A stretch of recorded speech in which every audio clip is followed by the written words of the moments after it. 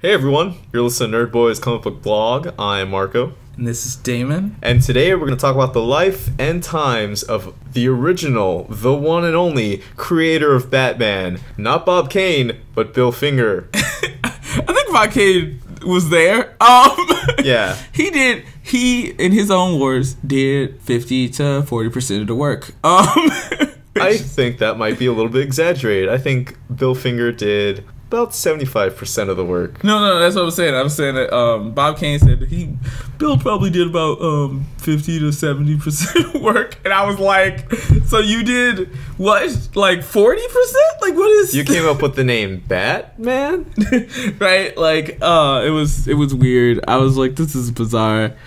Man, that was an emotional documentary. Yes, the documentary Batman and Bill, which is a play on Batman and Me, which was the Bob Kane autobiography. Yeah. So, just so you guys know how they was like throwing shade from the beginning of the documentary. Well deserved, but it was well deserved though. Yeah. I always say that you fight, passive aggressiveness and microaggressions by throwing shade. That's how you do it. Nothing else work. Not those weird little signs. It's just throw shade. Somebody says something that makes you feel slightly uncomfortable about you yourself as a person. You throw a little bit of shade in their direction. But you know what? Bill Finger was never like that. He wasn't. He was a guy. Gentleman. He was totally cool. He was like, so let's give it a little background to this. In 1939, Bob Kane, he's working at National, and he finds out, Siegel and Schuster make $800 a week. $800 a week in 1939, which is like $1 million today. Not really, but actually, you know what? If I made $800 a week right now, I'd be pretty satisfied with my existence. I was like, cool. In 2017, I'd be pretty happy with who I am as a human. Yeah. But he's like, you know what? I can create the next Superman. Goes over the weekend to create a hero, brings it back to National on Monday, and it's Batman. He did not tell anyone that secretly he had worked with his friend Bill Finger, and Bill Finger basically retooled his original Batman, which was just a guy in like a Leonardo da Vinci flight suit, basically. Yeah, like a red mask and a red suit and a domino mask, and the wings were like hard wings. They weren't like the Batman cape. And Bill was like, no, give him a cape, make him mysterious, make him cool, And then he was just like, all right, cool, I can kind of draw. And from there, Bill Finger informed the character of Batman. He came up with everything that you see, from the costume to the man underneath the costume. He was the one who came up with Bruce Wayne's parents dying in an alley, being gunned down. Bob Kane goes to National and is like, yeah, I'm the guy who created Batman, so can I sign this contract that gives me sole credit? Yeah, and he made sure that he got sole credit. Like this was key to this contract that apparently existed, or did it exist? It's really controversial whether or not it actually existed, but then you go to Bob and Bill working together, and Bob's like, yeah, well, my name's always going to be the one on the credit line, and you and me can work on this together, but my name's the one in print, and you're kind of like my ghost writer. Yeah, and Bill had done ghost writing work before, but this was different because Bill was actually involved in the creation of the character. It's one thing when you have a character that's been set up with all the details and how they function, and everybody knows how they work, to the point where, like I think any fan with a decent understanding of Superman understands how to write Superman on some level and how he should work, So we wouldn't get credit if we wrote a really good Superman comic, like a really good Superman fan comic. No one would be like, oh man, he created Superman. No one would give a crap. They'd be like, well, they care because they'd be like, oh man, a fan did that? That's crazy. Look at you doing something big. Maybe you should write Superman comics for real. And then you go into a whole weird conversation and then you get sued by DC. The point is... And it was common practice during the Golden Age of comics for ghost writers, ghost artists. Yeah, because it's a lot of work. Working monthly and weekly, that's a bit of work, especially back in the day. We didn't have the same amount of technology or scanners. I don't even know how they printed books out. How did they do that? Well, a printing press, Yeah, I guess, but like still, it was the whole process. I can't imagine having to work on those old books. I always have a fantasy that I go back in time and like take over the comics industry that way. Like be like the first black person to like work in comics and create really fantastic comic book art. You want to be Jackie Robinson of the comic book industry? Yeah, like that's what I would use a time machine for. I would just go back in time, right, and like in the beginning and like start making comics that way. And unlike Hot Tub Time Machine, I'm not going to rehash old ideas from the future that I know are good, unless it's ones that actually it'd be the ones I think are bad, like Hawkman. Actually, this is going to be a tangent already, but I think a lot of modern day superheroes, if you go back in time, just would not work back then. Because that's not the storytelling they were kind of going for. And Batman is like, Bill Finger's Batman that he created, that he was writing and developing, was exactly the hero that they needed back then. Yeah. Everything he was doing basically created the foundation for heroes and like alter egos, all this stuff. And the billionaire who's tragically flawed and hurt and has this rogues gallery of like Joker, Catwoman, Riddler, all these characters. And Bob Kane, for decades, was just like, I am the creator of Batman, and he molded his life around just trying to be this pseudo Bruce Wayne for decades. Like, he walked around in a cape. It did. It was weird. It was just like really excited about being like pseudo famous, and I think that's something worth talking about too. The comparison between Bob Kane and Stan Lee, because I feel like Stan is always kind of put in a similar position when it comes to his relationship with Jack and Steve Ditko, and it's not the same. Stan was definitely somebody who knew how to sell he's somebody who knows how to sell his brand and his name, and enjoys the attention that he gets from being known as the creator of Spider-Man. But Stan from day one always gave those guys credit. And if you look at like stuff like the Married Men of Marvel, which was this thing, his little backup thing he would do, like a podcast. Yeah, almost. it was like a podcast. It was literally they would record, like the Marvel bullpen would record records, and Stan would be on it. Stan the Man Lee. You had Smiling Steve Ditko, Jack the King Kirby. I don't think it was the King back then. It was just like Jumpin' Jack. Yeah, Jumpin' Jack Kirby. Yeah.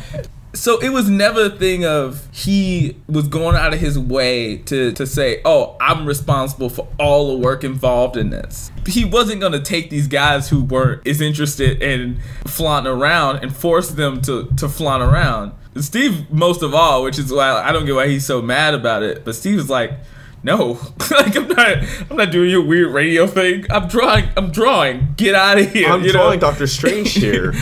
I need Stan. Get out of my face. Yeah, drawing slightly Asian Doctor Strange. I need you to.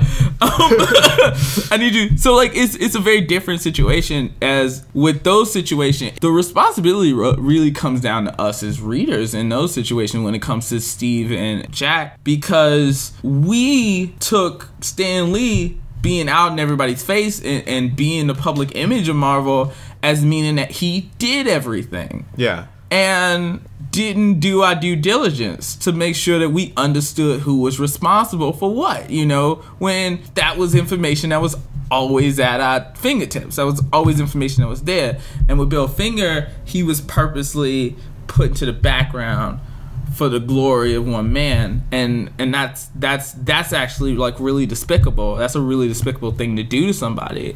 I think that like people give Stan shit. I remember one comic artist, I went to a convention, they were just like, fuck Stan Lee, and I was like, like, how dare you, sir? I know, I was like 19, 18 at the time, and I was like, what the fuck kind of like bullshit I walk into?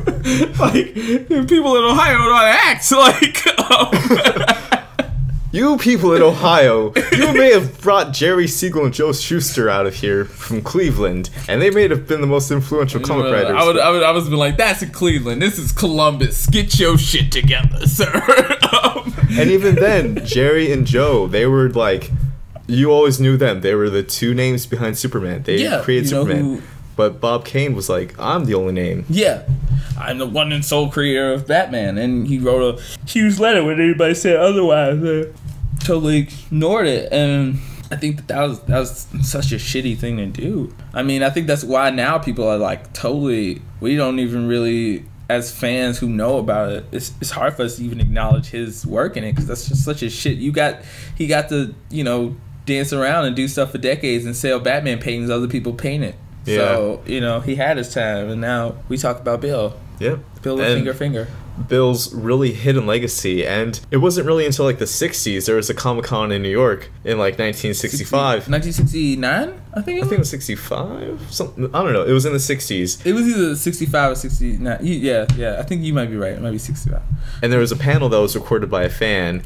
I really want to go back in time to see these fans of comics in the 60s. Like, those just seem like good times. This shitty hotel, we're just like coming in there, just like no colors. We're like, we just came for comic books. And then, of course, just like this panel of DC creators, and you had editors there, and you had Bill Finger. And at DC, they knew Bill Finger was the guy who wrote, not Superman, the guy who wrote Batman and all these Batman stories and created a lot of the heroes and villains and all that stuff. And there was a fan who had written to DC and kind of was like, well, who works with Bob Kane? Like, and he found out about Bill Finger, and he wants to record this panel. Yeah.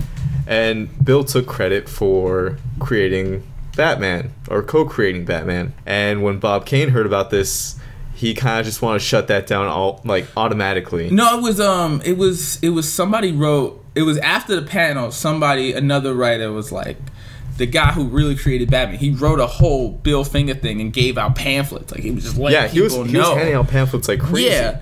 And to Batman fan clubs, he'd send out all this stuff. When Bob found out about this, he was just like, I made Batman. And that, like, old-timey voice. It was me who made Batman. And then, you know, this Bill Finger cat, he's a liar. I don't even know him. I think he was there. I can't remember. You know, that kind of thing. So, like, I don't know. Like, that was weird. I think the one of the most emotional parts, and we talked about this over text, was when Bill and who was the other guy? Him and another guy wrote an episode of Batman, the live action series. So Batman the 66 series. Yeah. He was working with his buddy, a good buddy of his, who was much younger than him at the time, and his name was the bottom billet. Yeah, and he asked, was like, "Can I get top bill this one time?" And it was like, it was so weird because the way he described it, like, it wasn't like he was like angry or anything like that. He was just like, I kind of just want this, you know, like, and he's like, yeah, I don't care, like, I'm alright. I wrote a TV show, like, it's still gonna be that, you know. And for him, it was a lot more personal than that. And I don't think he realized, he didn't know that at the time. Like, I don't think the guy who was writing it knew how personal it kind of was for him at the time. And like, that idea of finally being associated with this character he created, and the first time he ever got any credit for it, you know. And that's crazy. I think as a creator, I think the whole idea of, when I was doing animation, or like when I was in animation class, my teacher told me that one of the best things you have to do is be brave, you know, as an artist. And as an artist, it's so easy to just do stuff for people and hope that they treat you right. And it's scary because sometimes you trust people and they do take advantage of you like that. You have to learn to grow a thick skin, and also learn to ask people questions. To not ask people questions, but also ask people for things that you deserve, and to be firm. And that can be very hard sometimes, because then you're like, yeah, I kind of need this. I kind of need you to make sure you know, sign this contract that says that I get credit, or I get royalties, or I'm not getting just $200 for all this work that I'm doing. Yeah. Knowing that this could be something bigger, you know, like, that can be so hard. And I think a lot of artists deal with that, especially a lot of really good artists, because a lot of really good artists tend to be inside people who like sitting inside, being by themselves and just working. They don't want to deal with all the other people, so it can just be so difficult for them when they by themselves and they have to take on these other people who are a lot more charismatic, a lot more forceful, and who have a strength of personality like that, who can come into a room and get everybody behind them without too much effort, you know. I don't know, for me, that scene really hit home when he was kind of watching the show, and also like later on when they kind of show how he died and stuff, like, that was like, man. Yeah. Bill Finger, he had actually written this Batman episode in the 66 series, and when he did get top billing, he had a tiny black and white TV still. Yeah. Like, this is the 60s. So he and his buddy went to CBS. Yeah. It's like their offices, and they waited in like some client waiting room, and they had a big color TV. And for the first time in his life, he got to see his name credited on a Batman story. The only Batman credit to his name in his lifetime. And his buddy, who's a very great storyteller, like this old man was really awesome in the documentary. He's telling the story, and he's like, I don't know if Bill actually cried, like tears falling down his face, but you could tell, like, this is a moment for him. Yeah. Oh, man. Oh, I loved all the scenes with Carmine Infantino and who was the other guy? Those old comic book guys, they just so gruff and cool. Yeah, I love the stories when they're transitioning the passing of the guard from like the Golden Age writers to the Silver Age. Yeah, they have all the original OG writers, and now there's all these fans who grew up reading the Golden Age, and now they're creating the Silver Age. Yeah, and how they're kind of phasing out writers. Yeah, and it's like it's and it's weird because I know it's not those fans, it's the people who. Those people, because it's kind of like, I don't know if you ever watched, oh crap, is it called My Animated Life? It's the documentary about the first black animator at Disney. They talked about how, because like, he's still alive, and for a long time, he worked at Disney, and then they kind of like forced him to retire, like 10, 15 years ago. Maybe actually it was probably more longer than that ago. It was because 2D animation's been it was but he knows 3D. He like kept up with all the technology. But he was around and he would just come through and hang out all the time. Anyways, like this is just something he did, just came every day. And he worked on other projects. He worked on like stuff at DreamWorks. He worked on stuff at Blue Sky and other places. But all the young people like they didn't like tell or anything like that. They didn't like it. They was just like glad to have him around. It's glad to have him around because they get to ask him questions all the time. It was a point where he just like had an office day. It wasn't his office. It was just an office no one was using. You know, like, and eventually he got hired back to Disney. At the end of the documentary, you find that out. But like, it was so cool. And I don't think that. I think what the younger people tend to like when they love those stories, I don't think they would ever be like, oh no, you can't work here. We don't need your old 50-year-old energy around. Whoa, 50. That's not interesting age. Like, you know, you keep those people around. I would be glad to have people like Carmine Infantino around, and you know, Bill Finger, and who I can't remember the other guy, but like Jack Kirby, like those. Oh yeah. To be in their presence, to see them work. I mean, I was watching a Kirby documentary on YouTube where I watched the Finger documentary, and they talked about Kirby did something that most artists cannot do. He would draw a whole scene, like. In perspective, there's like stuff in the background, all this stuff, straight ink, no planning, right there. This is not easy. I have a perspective book. It's one of the best ones. It's one people are like, oh man, get this book, you know? It's like math or something. I usually reading a drawing book is like the easiest thing in the world for me. I just get it. This is like, what? Like, it just felt like I was reading like biology or something. Like, it was bizarre. So to know that like he could do that. The king of comics. He could just be like, like just like sit down and be like, oh, what do you need me to draw? Like, with just like straight ink, like that's godly. Like that's insane. So which is why he is the god of the Marvel universe. Yeah, he is the one above all. So I think having those old guys around would be really cool. So like, that comes to those business people who are like really self-centered and. I mean, but then this you got to think about it like because this was like comics have only been around at that time for a few decades. Yeah, and so this is only the cultural 60s. Impact is like really hard to reflect on at the time. Yeah, they created Batman when he was like 19 and like 20 something. So like no, it was 1939, and then like he was doing Batman for like a few decades. But then at that time, Batman, like, he hadn't... No, I mean, they were like 19 or 20. So by the time... yeah, they were 19 or 20. So by the time they was like at these... They was 40s. Only in their late 40s. Yeah. They still perfectly viable human beings. Like, they not... And he was working up until the day he died. Yeah, they not...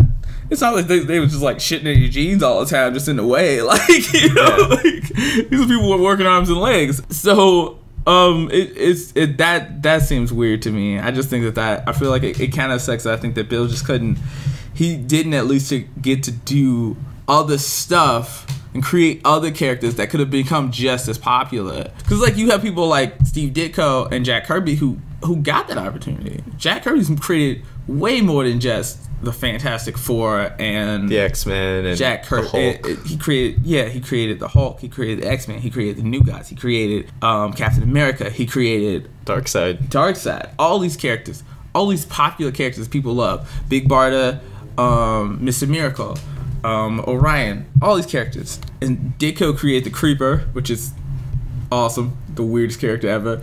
Ditko also, before he worked for Marvel, created Blue Beetle, Ted Kord. Yeah, he created, that's true. Ted Kord. He created Squirrel Girl. We talked about this. Spider-Man's. Doctor Strange. Asian-looking Doctor Strange, by the way. Yeah, no. Because for some strange reason, Doctor Strange became more Asian in the original story because he learned magic. Yeah. Like, Steve Ditko was like you guys are... There are times where everyone's like, that's just not really racism. They're like, this was kind of racism.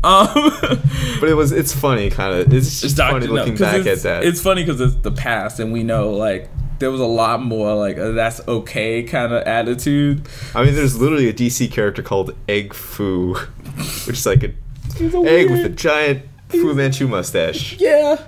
I kind of don't want him to disappear just because that's the most ridiculous thing ever. Like, I don't even know. That should be a Wonder Woman thing in the movie. He is a Wonder Woman villain. No, in the movie. Yeah. Oh, God. I don't know if they can get away with putting it in the movie. Especially if he, like, isn't Asian in the movie. Like, if then he isn't Asian anymore. No.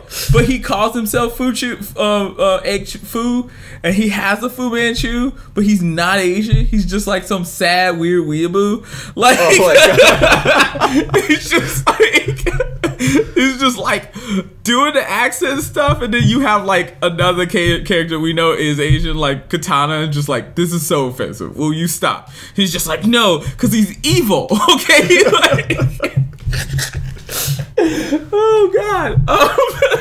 But again, golden age superheroes. This is what it's all about. Yeah, so ridiculous stories. And I love Bill Finger's his whole idea of like making huge grand set pieces. Yeah. In Batman stories, like fighting on a giant typewriter. Yeah, that like a lot of the penny thing. Yeah, that's where all those big like weird things in the Batcave come from, and like those are things that like you always associate. Every version of Batcave has the penny and the dinosaur. Yeah, like, they changed the origin of the penny, but it's always from this Bill Finger story, which is just And the villains, he created like all of the half the villains we know and love, and he didn't create the look of the Joker. Neither did Bob Kane. The guy who created the look of the Joker was in the documentary, but I cannot remember his name because. And the Joker himself is based off the Man Who Laughs. Yeah, which is why they used that one. And which book was that? That was a graphic novel, Batman graphic novel. Yeah.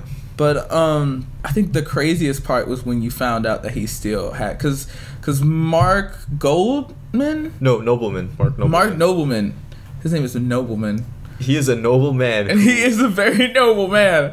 Mark Nobleman was researching the creation of Batman, which had him start on this journey. Then he decided to finally get credit for Bill Finger. It became the whole like journey of this movie, and he couldn't find any heirs. Bill had one son, and then he found out his son was gay and died of AIDS, and was like, well, obviously he didn't have any kids. Yeah. And so he was looking for all these people, and eventually he found out, no, like that's not true. He had a daughter. So the whole thing is like he spends years of his life just putting up flyers, looking up more information on the son, and he would just interview like Bill Finger's ex-wife. The ex-wife was dead, so he would talk to neighbors of the ex-wife. Yeah. And then the neighbors, were they the ones who knew? No, he was looking up. He was like, okay, let me find out more stuff about the son. He found out that he had a cousin. Oh, yeah. And then they called the cousin, and he was like, oh, what can you tell me about Bill Finger and Batman? He's like, no, someone's asking about Uncle Bill. No one ever asked about Uncle Bill. Well, you should ask his granddaughter. He was just like, right? But Fred, he's gay. He didn't have a daughter. He's just like, yeah, that's true, but Fred did in fact have a daughter. So, and then you found out that Fred spent a lot of his life trying to get the recognition for his father's work on Batman. Yeah. Way back during the Tim Burton movie, he wanted his dad's name up there. Yeah. Him and his second wife, and Bill's second wife, were trying to get his name on this movie. Arguably one of the biggest things to happen to Batman ever. Yeah, this is a huge deal, and they couldn't do it, and he got frustrated, and it's crazy because with Warner Brothers, it wasn't that they had this like weird like alliance or like need to like protect Bob Kane on any level. Like they didn't really care, but they just didn't care enough about this situation to deal with it. It was always like we not, you know, they just, it's basically like somebody sends you like a bill and you look at it and then you throw it away. Yeah, and that's how they treat it for like such a long time.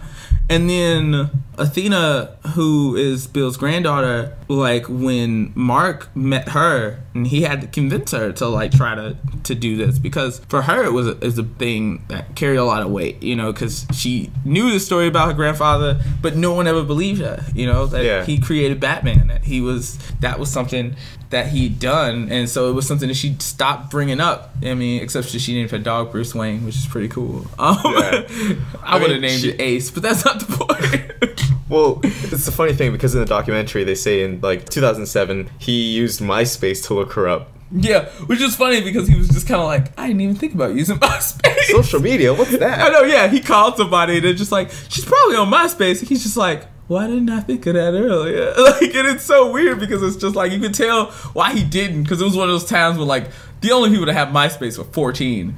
Yeah, or no, well, MySpace also became popular for college kids, and I think at that time she would have, but I don't know. But like, not everybody had one. Like it was normal for adults to be like, MySpace, yeah. Like, you know, like that was a normal thing for an adult to do, you know, like, and now everyone's got a Facebook, you know, and everyone has, and at one point people did start having MySpaces right around the time where everybody started having MySpace is when everybody switched to Facebook, actually. Yeah, and the profile picture that he first saw was captioned, "My dog, Bruce Wayne." Yeah, and going on this journey with Mark was fun because Mark is also a nerd and he cares about Batman and this stuff. And so whenever he had these moments or talked about these moments in retrospect, it was always with a certain amount of like excitement from a man you could tell was not like I'm a very passionate, emotional person. He did not seem like the kind of person that just like burst out and was obnoxious all the time. So when he talked about these things and lit up,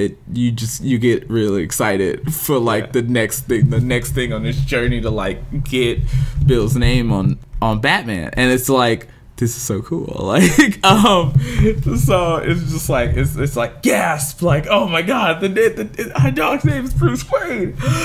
Like, she knows, like, she knows the truth. I know, right? Like, he doesn't even have to convince her. He's like, she knows the truth, right?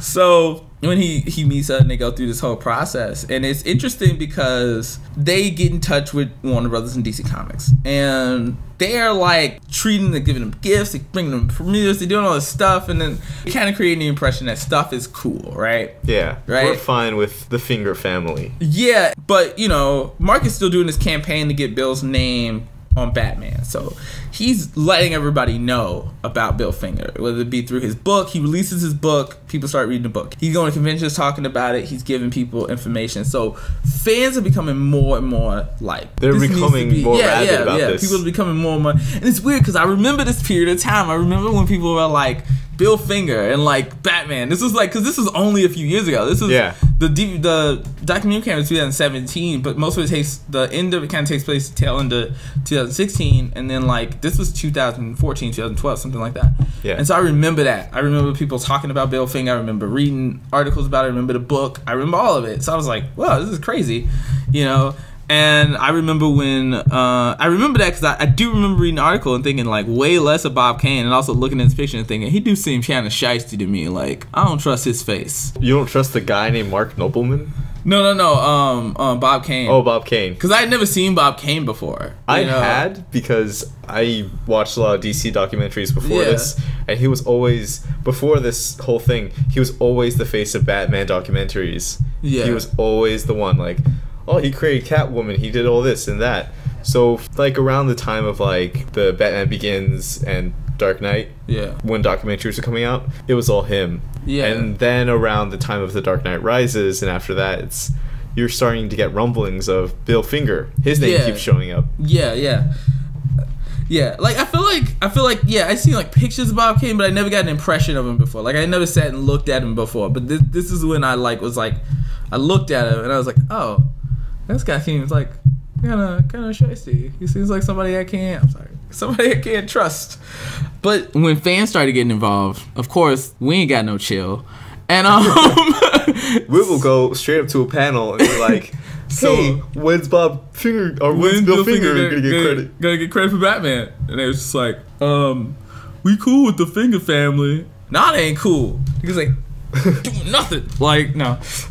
She wrote a calmly written letter and didn't at all sound like I just did. But more or less it was, no, things aren't really that cool. Yeah, things aren't really cool. They've been really nice or whatever, but, they haven't really corrected the issue. And then around the time, at some point, they sent her a letter saying, we're going to give you this check. Also, just, take your, you can't know. Yeah, they sent her an email.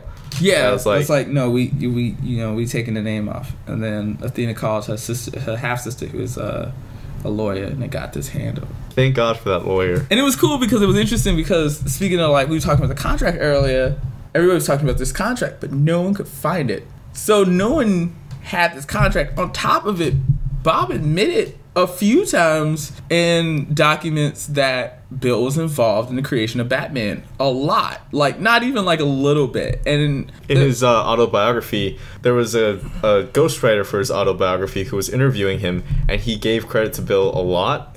And he had also mentioned in the autobiography that he created Batman at the age of 14. And he brought a sketch which was suspiciously a lot like Batman, but a lot of people how can you create Batman at the age of 14 when you don't even have Superman yet?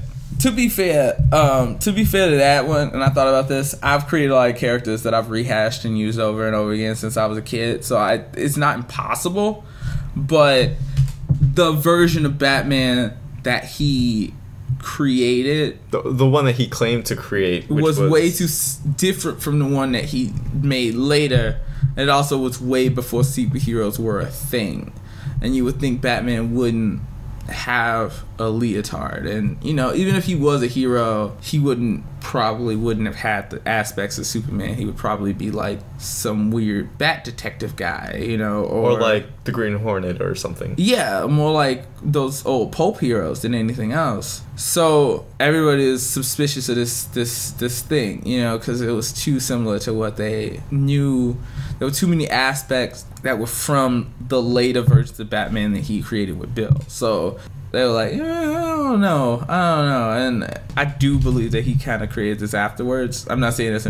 I'm just saying that, that as a theory, if this was another situation where somebody said, no, I created this character when I was 14, I wouldn't say, yeah, that's what Bob said too. I would just be like, let's compare notes. But in this situation, I definitely think he probably lied about it. This is the same guy who took the credit for Batman paintings. I know, right? I was like, wait, what? Who does that? He was just getting somebody else to paint them for him, and I could never do that. I could never, as a person who draws, do that. That's gross and nasty. And that really shows maybe Bob Kane isn't an artist the way you would imagine. Well, he can draw. Yeah, but he's not But that was one thing. The first thing I noticed about Bob Kane when he drew Batman was it wasn't that much better than the Batman he has ever drawn. And this sounds really weird, but if you look at, look at the original Captain America pictures, right? Yeah, Kirby Captain America. Totally different from 20 years later. Yes, totally different from.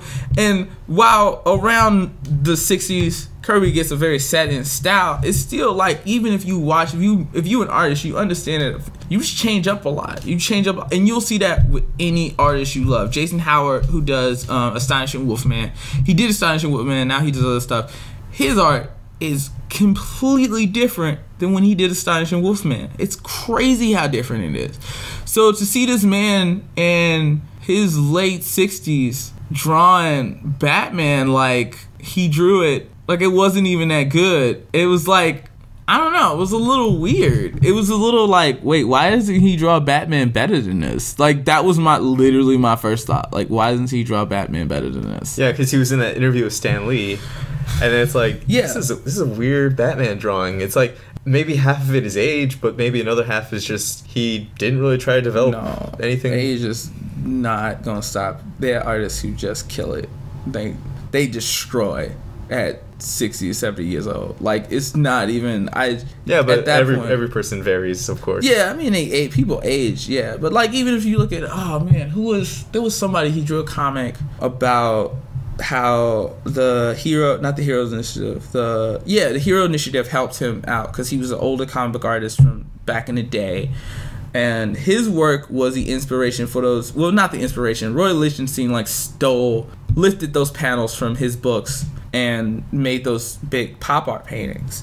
And he never got money for those, you know? And he was like, that's not cool. And he did a comic recently. He's like 70 years old. Still dope. Still very good. I can imagine that, yeah. He's still a very good artist. It didn't look like some old man scribbled some stuff together. Oh, I used to be able to draw better. Like, this was somebody who knows exactly what they're doing. And yeah, it still had that old style to it that, like, it looks like it had a very, like, retro style, but it wasn't like, oh, this person doesn't know how to draw arms and legs or foreshorten or anything like that. Like, this was still, like, spot on. So that, to me, was like really like weird when I was first watching the documentary when it first started. And I hate to be like a douche about other people's art because that's kind of, who am I, you know? Who are you to judge Bob Kane? Right? Yeah. Except we've been judging him for like an hour and a half or a half hour already. He claimed to create Batman. I mean, what have I claimed to do? Not very much. Since we making erroneous claims, I created pants, you guys. So you're the guy. You're welcome. You came up with a zipper too? Yep. Wow. Jeremy F. Levi had nothing to do with that. He was too busy with his buttons. His button flies. Oh, jeez. I thought it was a zipper. I was going to do Velcro, but... Too derivative. It was too derivative, right, yeah. But yeah, that stood out to me, and I think that it was weird that he said he basically, once he started making all this money, he like stopped drawing comics. I don't think I ever stopped doing what I do. He was in it for the money. Yeah, all the time. Yeah, of course he was. Yeah, he said that. I found that they made $800 a week. When he stopped doing Batman, he still tried to live that life and jettison his life into some kind of millionaire status. Yeah. Where he tried to make it seem like he was literally Bruce Wayne. Like, Batman was his fantasy that he wanted to have. He owned a piece of Batman, and once the 60s show came out and the movies and stuff, he definitely got money from that. The comics industry became bigger over the years, and those movies were huge, and that show was huge. So, and Bob Kane didn't die until like 98 or something. So he was there until the last sucky Batman movie. Yeah, he probably died right around Batman and Robin. So hopefully that was the last thing he saw. That's hopefully that was the last thing you saw, Bob Kane. But it was really sad how Bob on Kane's his kids tombstone, are gonna come and beat me up. You can find Damon at this address. Yeah, but on Bob Kane's tombstone, it even says it's a 2-page tombstone. Right? What was that? How is that a thing? But it's got a bat signal on it, and it's basically Bob Kane, the creator of Batman. God bestowed upon him an ID. Yeah, like, oh man, it was like, Jesus Christ, you guys, like, who wrote did he write this for himself? Like, I would have just been satisfied with a bat-shaped tombstone, like a bat. I was like, yeah, cool, like, Batman-shaped tombstone, so people know I made Batman. Like, meanwhile, Bill Finger dies alone, working till the day he died, practically penniless and with no gravesite. Yeah, there was this when Mark looked it up, he was told he was buried in a potter's field, which is basically just an unmarked grave. It's like numbers or whatever. But can I talk about the next part, or do you want to save it for dramatic? I also want to mention how in the coroner's report it said no history. Yeah. It meant like no history or family history or whatever, but it has like a second meaning if you look back now. It's like, this man has no legacy to him. Yeah, and it was, Mark was like, no one knows how much of a legacy he actually had, an effect on the world, because Batman's huge. And I think between Batman and Superman, I think Batman's had the most iconic storylines. Like, send the bat signal anywhere in the world, kids are gonna know it. Anyone's gonna know it. Batman is more recognizable than Mickey Mouse. I don't know about all that. Mickey is good, and Bob Iger and all the people at Disney are also good and would never do anything to America because they are the most American. I don't know what that would. I'm sorry. That was just me making sure that we never cross the line with Disney and Buena Vista Incorporated. I don't want to limited LTD. I don't want to be assassinated in the night. That's all. Yeah. That's somebody in a Captain America costume. Hail Disney. Yeah, you can go on to the next part for dramatic effects. But then we found out that his son Fred, he came and picked up his body and he cremated his father, and he took him to the beach. Yes. To the ocean, because his father had never seen the ocean, or maybe he had seen the ocean. That's not the point. The point is, he made a little bat signal in the sand, and he put his father's ashes in there and let the water wipe him out. That was. I was emotional. I was like, oh man. If my kids could do something, I'm not the creator of Batman, so it would have less importance. But if my kids spread my ashes in the sand in the shape of a bat and the waves took my ashes away, that'd be a good way to go. Yeah. I want to be a record. I heard that was a thing. You can make yourself, you can make yourself into anything, really. I want to be a record. That would be cool. I can't get cremated though. That sucks. I mean, it'd be really cool if you could be a record and be the recording on the record, but that'd probably be some like voodoo stuff where your ghost would come back from. No, you could just record something beforehand. Like you could write a really dope song. Like you could write a whole album worth of songs and give it to your kids afterwards. Like, don't tell anybody you made all these really cool or terrible songs. Who knows? Depends on your musical talent and how much work you put into the songs. But, you know, and then you're like, hey, this is what I want done. My ashes, put it in your will. You let everybody, then they find out I want my ashes to be burned and I want to be made into a record that you guys can listen to whenever. Hopefully you don't hate me. Yeah, but then wouldn't it be weird, like, your ashes are in this thing that has your voice, and it's like, I don't know, being a semi-superstitious kind of guy, I'm like, that's inviting some bad ghosts. Some ghosts. No, I think that's cool. I mean, wouldn't I be the ghost? Why would I be upset about this? It was my idea. Yeah, I mean, you could be a really cool Force Ghost for your kids. That'd be cool. Yeah. That's what I would call the album, Force Ghost. And then all the songs would have like their names and talk about times we had, and I'd write songs about them, and then I'd make like a cool little album cover, and then inside the booklet for the album would be pictures of us hanging out, doing cool stuff. That would be awesome.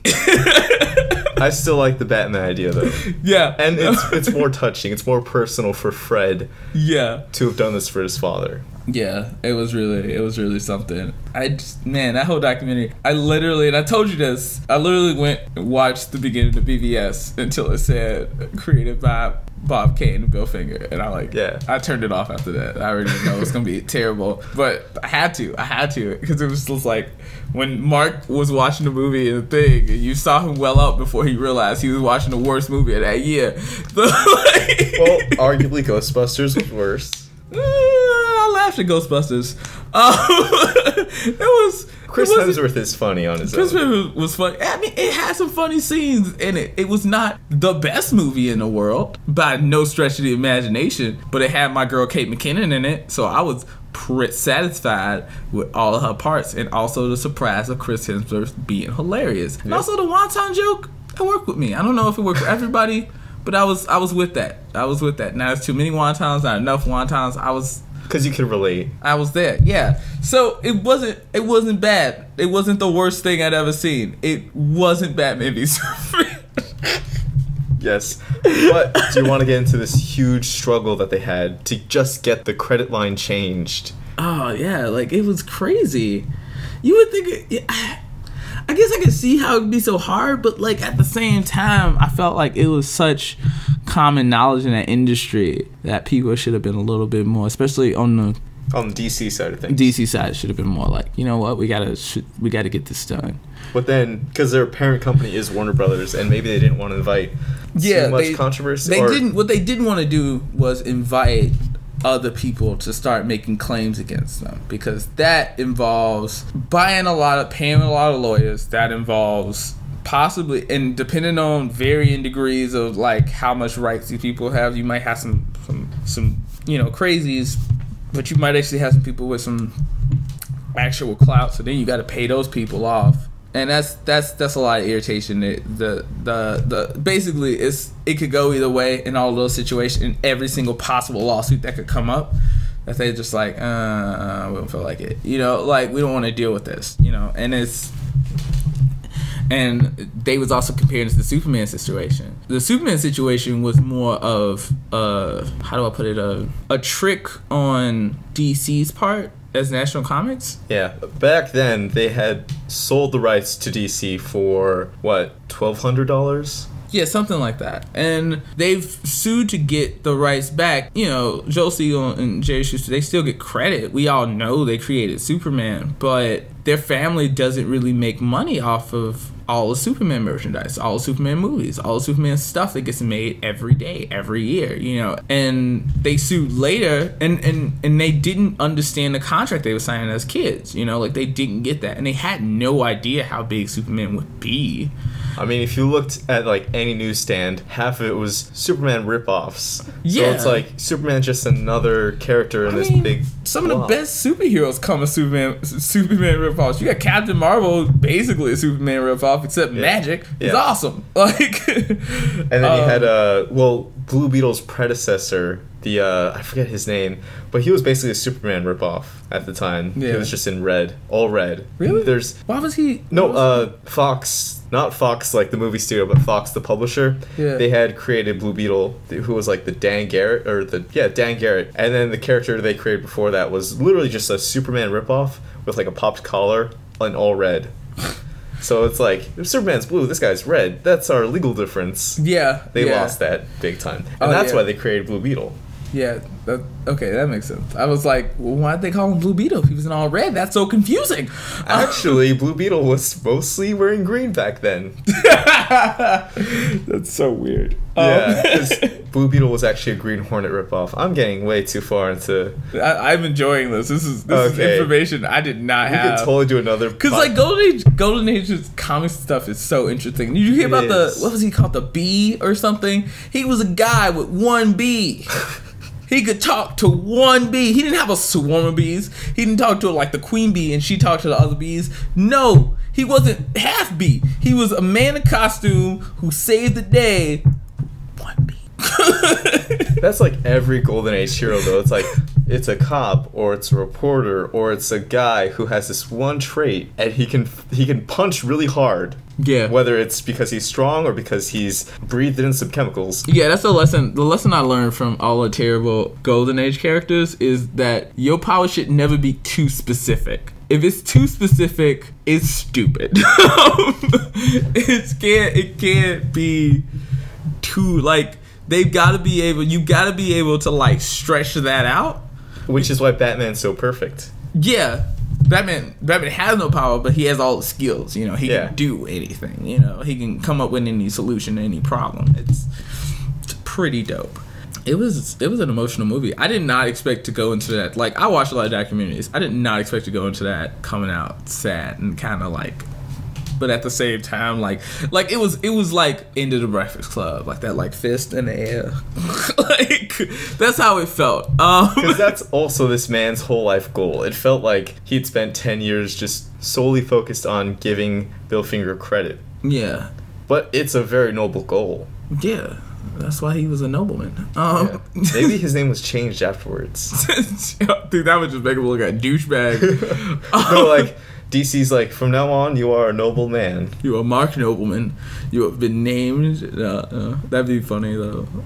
Yeah, no, that's really cool though. Like, I think it's a really cool thing to do, and I think you should do some more of that. You should do some more investigating, some more doing. We should definitely talk about more of these documentaries. Like, I want to do one about the Roger Corman Fantastic Four. I gotta watch that. Watch that one. Depending on how you feel about the other three, this will be the best one. I know, it's weird because it's like such a bad, but I know that that's probably true. It's probably the best one. Yeah, it's my favorite, honestly, but that's because I like movies of this style. Yeah. And at the time, it was like Marvel's biggest flops were Howard the Duck, Punisher, and Captain America. So then at this point in Marvel's movie history, they were like, we're getting Wes Craven to do the Doctor Strange movie, we're getting James Cameron for Spider-Man, and we're getting a Fantastic Four movie in theaters, and hopefully with a big budget. So it was only $1 million. Those other really cool ideas never happened, and this one actually. And it's funny because Stan Lee talked a lot at conventions about how, yeah, after this Fantastic Four movie, we're doing everything in-house. We'll have the rights to all our characters back. And they never did. Except for, the Avengers and everything. They've got a lot of them back, but the fact that Fox keeps making money off the X-Men is just like, man. Fantastic Four is like, is the most likely thing they'll get from Fox. Cause it's like, why would you want to even wait 7 years to make another movie? Especially since you haven't done one that's connected with people as well as any of these other movies. Like, why waste your time with that? Yeah. Except for to keep those characters, like Annihilus and fucking Dr. Doom. Which, I was watching Movie Bob he was talking about doing how to fix the Fantastic Four. How to fix Fantastic Four, and I really liked it. I liked it because he did something that they never do, which is take Dr. Doom out to give him a second movie. Because he's right. Dr. Doom is way too dope, way too awesome for you to give him one movie. For him to try to cram him in. And which is why he's not worked in the other movies. He's crammed in. He's a magic dark wizard. Like, what? He's like a scientist that's also a warlock. He's like if Voldemort... If Voldemort was like, you know what? Isaac Newton was right. And, but also, me. Like, I'm also right. And then just, like, went off and just, like, wrecked shit all the time. It's like if Stephen Hawking was like, I'm also an occultist. Right? Yeah. It's crazy. So... I want to see that movie. I want to see it super bad. Like, if they ever get Doom back, I'm pretty certain that before they do a Fantastic Four movie, Dr. Doom will show up. Dr. Doom is way more important than Fantastic Four at this point. And it's because the Fantastic Four come from a very specific time, and they just resonated at that point, and they don't really resonate with as many people as they did back then. Yeah, and it's like I said, certain heroes work in very specific time periods, and if you went back in time and tried to pitch, let's say, Spawn in 1939, that wouldn't have worked out as well as Batman. Oh, yeah. No, I mean, at the same time, they was taking every idea. That's the other reason why I wasn't... Obviously, we just talked about B-Man, okay? Like, yeah. Any idea was going to work back then. So I would have got a chance. That's all I'm saying. What would be your golden age superhero pitch? Oh, man. I'm on the spot. Oh, crap. So, he's like... this guy who gets angry and turns into a giant... No.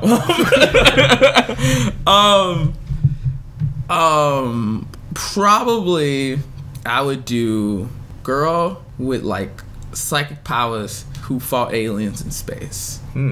And a boy who she dragged along with her on adventures. Something crazy like that. She would, like, fight monsters on Earth and in space. It would probably be a bunch of ideas. You know what? I'd probably just steal something. Naruto. I mean, everyone stole ideas because it's like you have the magic word someone yells. You have a cop who's like, a rookie cop or a reporter or an archaeologist. It's all the same profession, and they all just happen to have the same origin, and that's why so many of them didn't last until today, unless you're Superman or Batman. There are some characters that one of the interesting things is because a lot of those characters are public domain now. Like people revive them all the time. Dynamite revived a bunch of those characters, and those are actually pretty cool books. I was just reading. I just had one.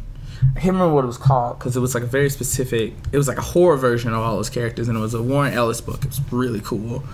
But I can't remember what it is. I have it at home someplace. And then there was the Green Turtle or something like that. This character was interesting because he was created by an Asian American guy, and he purposely rarely showed his face the theory was that he did this so that he could always keep the concept that he was actually Asian American and not a white character, like he knew that they wanted. Jin Yang and another artist recently did a graphic novel with that character, and they talked about that. And so that would be fun to do. But yeah, probably make the first black superhero.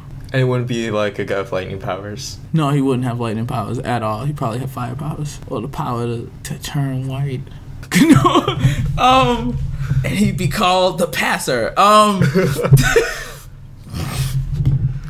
That sounds like a Key and Peele sketch right there. Black Americans gonna get mad at me. You're gonna be like a traitor. Then they gonna do 6 pins. Do you think that's it for this podcast about Bill Finger, his life and times? Yeah, you guys check out the documentary. It's on Hulu. There's plenty of stuff that we missed out on, we didn't mention. Yeah, and there's plenty of interviews. Experience it for the first time. Go out there, learn something, bring yourself into something new, enjoy it, learn about where this stuff comes from, because we love it, and these creators deserve our respect and our admiration, and we need to stop telling them they only do it for the money, because it's rude. Yeah. I'm sorry, Brian Michael Bendis shared my opinion about Casino Royale having the best song, Bond song, so solidified. I mean, it was already solidified, but Bendis agrees with me. It's canon. Chris Cornell, rest in peace. I was going to end it, but then I realized that's okay. your job. I guess this is the end of the podcast right now. If you are a new listener, please subscribe to the channel. It helps out a lot. You can also like and comment, share this, and also turn on notifications to be alerted whenever we upload new content. Yeah. See you guys later. Peace.